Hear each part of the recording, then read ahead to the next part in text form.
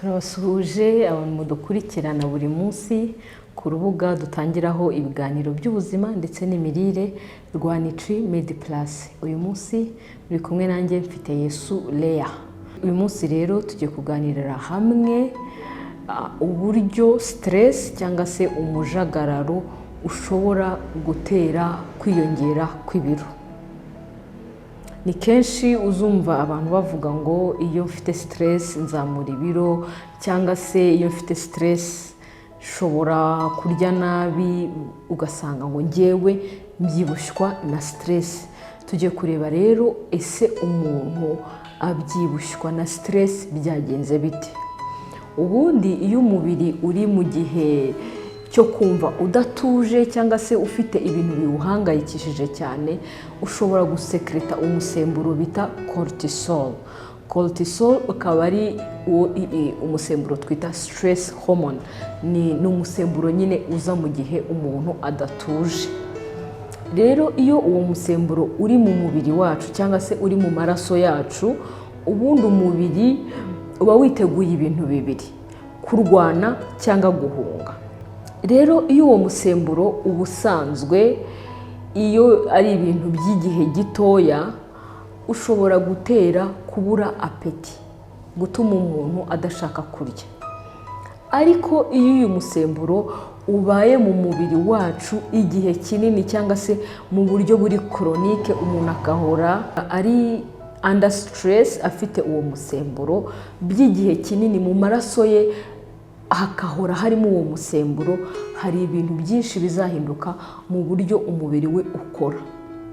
Ikintu cya mbere kizahinduka ni uko wa muntu wacu umubiri, kubera ko witeguye guhora warwana cyangwa se wahunga, umubiri usa nk'ugusaba imbaraga cyangwa energy.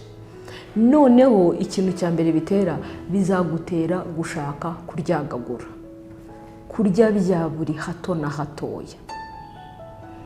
Ikindi bizagutera kugira inzara ya hato na hatoya. Bityo kubera wa musemburo wacu uri hejuru, icya mbere kubera ko umazemo igihe kinini, uteye gushaka kurya bya hato na hatoya. Ikindi kandi ntabwo gutera gushaka kurya ibintu bisanzwe, ngo wenda ngo wumve ngo warya pome, ngo warya ibiryo bisanzwe, ibirayi, ibitoki, ibintu nk'ibyo. Ahubwo wa musemburo uzakuyobora cyane cyane ku byo twakwita comfort food. Ni ibiryo umuntu yumva ari gushakiramo ubuhungiro. Ibiryo rero abantu benshi bakunda gushakiramo ubuhungiro cyangwa se bashaka gushakiramo uwo mutuzo, akenshi bizarangira ari ibiryo bitari byiza. Cyane cyane uzasanga abantu bihutira cyane kurya ibintu birimo amasukari menshi cyane, cyangwa se kurya ibintu bifite amavuta menshi cyane.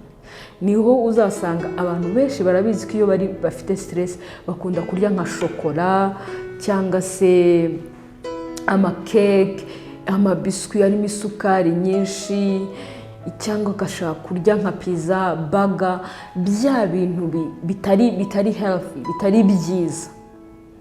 Impamvu ni uko mu bitekerezo nibyo bizoroha guhita umuntu yumva atekereje. Icyo ni kimwe. Impamvu ya kabiri ni uko nk'ibinyamasukari cyane cyane, iyo umuntu abiriye hari ukuntu yumva asa nk'ugizemo umunezero. Uwo munezero uterwa n'agasukari kaba kazamutse mu maraso. Rero bigatuma kwa kuntu wumva ushonje bya hato na hatoya. Icya kabiri, mu kurya bya biryo bitari healthy, bikungahayemo amasukari ndetse n'ibinyamavuta byinshi, bizatuma ibiro bitangira kuzamuka. Ariko tukiri aho ngaho, nyuma yo gukoresha ibyo binyamasukari byinshi, bishobora no gutera ko umusemburo noneho bita insulin ushobora kugabanya isukari mu maraso, nawo ujya hejuru. Mu gihe umuntu ariye ibinyamasukari, wa musemburo uzaza kubigabanya. Nuza kubigabanya, kugabanya ya sukari, iyo wariye ibinyamasukari biri hejuru, wa musemburo nawo uzaza ari mwinshi. Nugabanya ya sukari uzayigabanya noneho wumve iguye munsi. Niyo mpamvu ibintu by'ibinyamasukari bitazatuma uhaga, ahubwo nyuma y'amasaha 2 uzongera kumva nanone ushaka kandi kantu ko kongera urye. Bityo uko ufata ikintu kirimo amasukari menshi, wa musemburo ugabanya isukari uzaza uyigabanye, nyuma y'amasaha wongere wumva urashonje kuko waje ari mwinshi, uhita uyigabanya vuba vuba. Noneho nyuma y'amasaha 2 wongere wumva ushatse kandi kantu, nanone wongere ugafate, usange uko kuntu isukari izamuka ikongera igahita imanuka vuba vuba, ukongera ugashyiramo ikindi kintu kikungaye mu masukari, kikongera kikawuzamura, kikazamura isukari mu mubiri, ukongera ukayigabanya. Ibyo nabyo bizatera rimwe yuko uziyongera ibinure cyane kunda, kuko ku muntu ya insuline yagumye iza kumanura isukari mu mubiri, cyangwa se ku biryo byatanze amasukari menshi, bizakwereka yuko ibinure byawe bizakunda cyane kwistoka ku gice cyo kunda. Ibyo twita belly fat, cyangwa se ibinure nyine byo ku gice cyo kunda.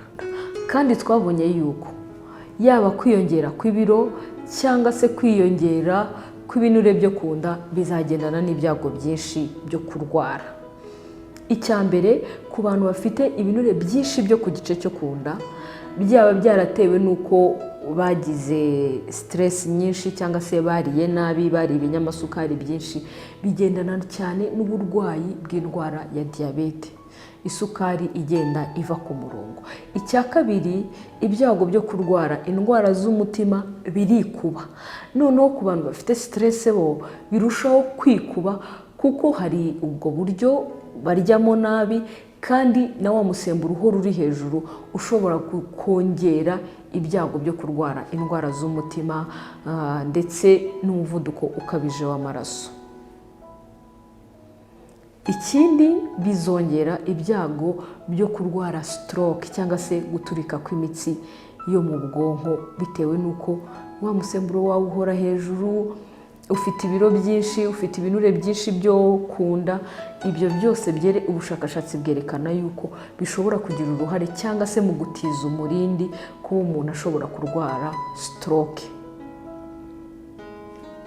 Tubonye ko rero mu gihe umuntu afite stress nyinshi kandi iri chronique, icyambere bizatuma umubiri we ushaka kurya bya hato na hato. Icya kabiri, ntabwo azashaka kurya ibintu bisanzwe, ahubwo ibyo bizamuyobora mu kurya ibiryo bibi cyangwa ibyo twita junk food, birimo amasukari, birimo amavuta menshi.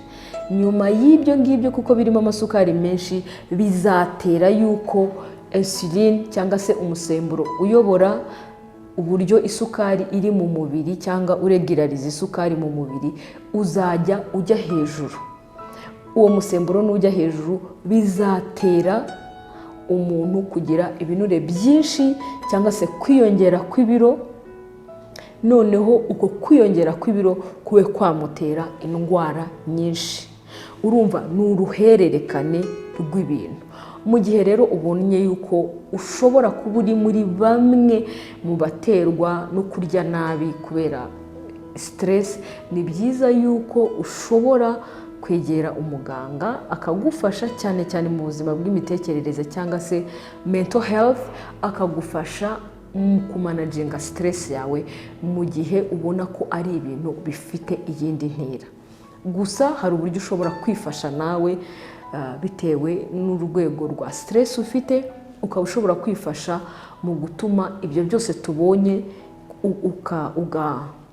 ukabreakinga iyo cycle yo gutuma ibyo bintu byose bigenda bihererekanya.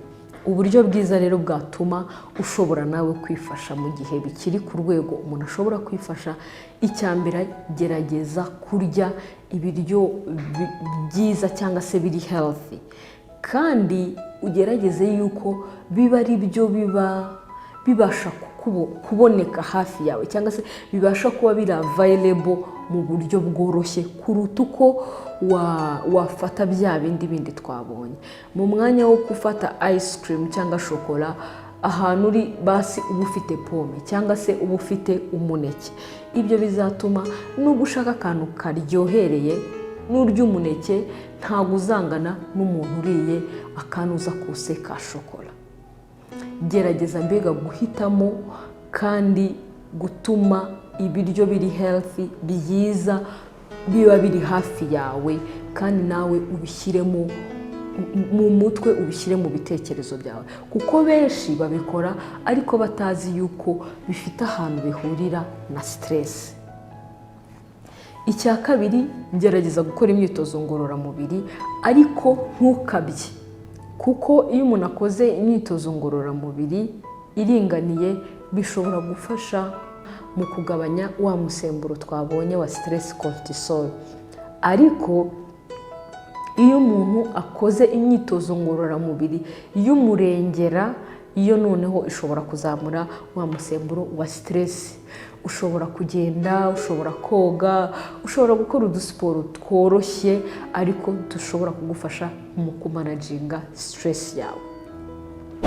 Ikindi, gerageza gukora ibintu ukunda. Niba ukunda kumva indirimbo, niba ukunda kumedita, niba ukunda gusenga, ikintu cyose wumva kikuruhura mu bitekerezo bari cyo ugerageza kugishakira umwanya kandi ugikore. Ikintu cya gatatu, gerageza gushaka ubufasha ku nshuti ndetse n'imiryango. Mu gihe wumva ufite ikibazo cyangwa se wumva hari ibintu biguteye kujagarara ndetse cyangwa se biguhangayikishije, ushobora gushaka umuntu mu biganiraho wizeye. Bishobora gutuma urugero wabyumvagaho se cyangwa se wumvaga bikugoyeho wumva birushijeho kugenda bigabanuka. Iyo ibyo byose ubigerageje ukabona nta kintu biri kugufasha, ni byiza ko usanga umuganga ubizobereye mu gufasha ibigendanye n'ubuzima bwo mu mutwe akagufasha, kuko ubuzima bwo mu mutwe nabwo ni kimwe mu bigomba kwitabwaho. Nk'uko abantu bagira izindi ndwara, ni nako n'ubuzima bwo mu mutwe bugomba kwitabwaho mu buzima bwacu bwa buri munsi. Nibyo twari twabahitiyemo uyu munsi, kurebera hamwe uburyo stress ndetse no kuzamura ibiro bishobora kugira link cyangwa se bishobora guhuririkana.